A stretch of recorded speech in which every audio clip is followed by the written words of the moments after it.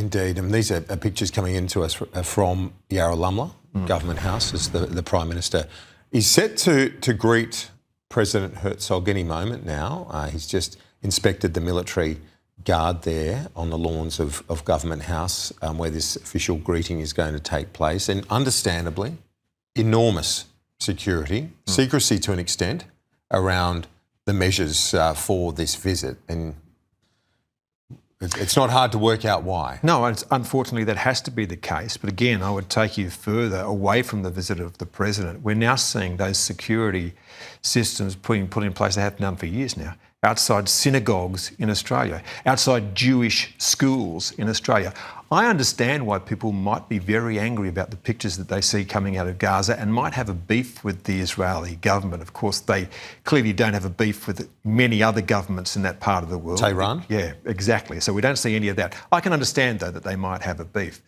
What I think is unforgivable is the fact that this has over the course of the last couple of years, has morphed into an attack on Jewish Australians. When do Iranian Australians get criticised or attacked for the actions of that appalling regime in Tehran? It doesn't happen. No, and it's just particularly it's a massive double standard, isn't it? But the thing I find which is extraordinary about this particular protest in Australia is that it is a very specific thing. It's an attack on the only democracy in the Middle East, whereas where are the protests, and you see them still a little bit outside the Russian embassy, about what's happening in Ukraine? Where are the protests about what's going on in Somalia, still in Sudan, in the Congo, and as you say, about what the Iranian regime is doing to its own people in mass murders that now are no secret from tens the of rest thousands. Of the world. It seems to be a very selective grievance that we have, and as I say, in the end, it seems to me that what people say at the base of it is true.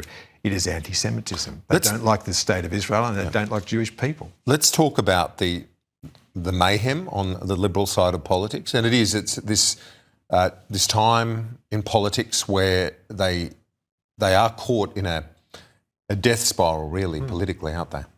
Absolutely. Look, and we are all expecting that sometime after question time today. Now, the timing gets a bit awkward because of the presidential visit, right? So we've got question time, but then Sussan Ley is actually meeting the President of Israel, so doubt that they'll be doing anything when that's happening, so they have to wait until after that. The expectation from everyone, you've been reporting it, is that we'll see something after question time today.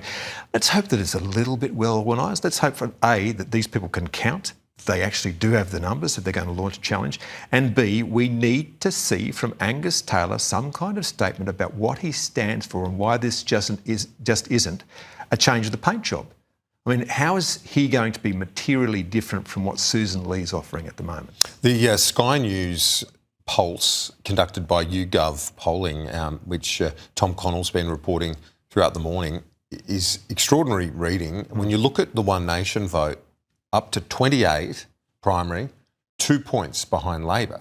So I know it's obviously a massive problem for the Liberals right now, but for Labor, if you've got One Nation, 2 points behind your primary, it's a spike. Maybe we won't see it translated at the election, but either way, that's got to rattle some nerves right across the board. Well, look, the Labor Party actually is exposed. It's got a very low primary vote. So if there was any opposition at the moment, this government would be in deep trouble for lots of different reasons, particularly about what we're seeing happening with interest rates, what we're seeing happening with energy prices, but they're not. And I fear, unfortunately, and Anthony Albanese will certainly know this, with the way our electoral system works, if the Conservative vote fractures badly in each one of these 150 electorates, what we will see is that the preferences will inevitably flow to the Labor Party, and he might come back with a majority of more than 100 seats in the House of Representatives. So what we could see is a complete devastation of everyone on the right, no matter how, if you want to add up the bits and pieces of their primary vote, we might get to 46%.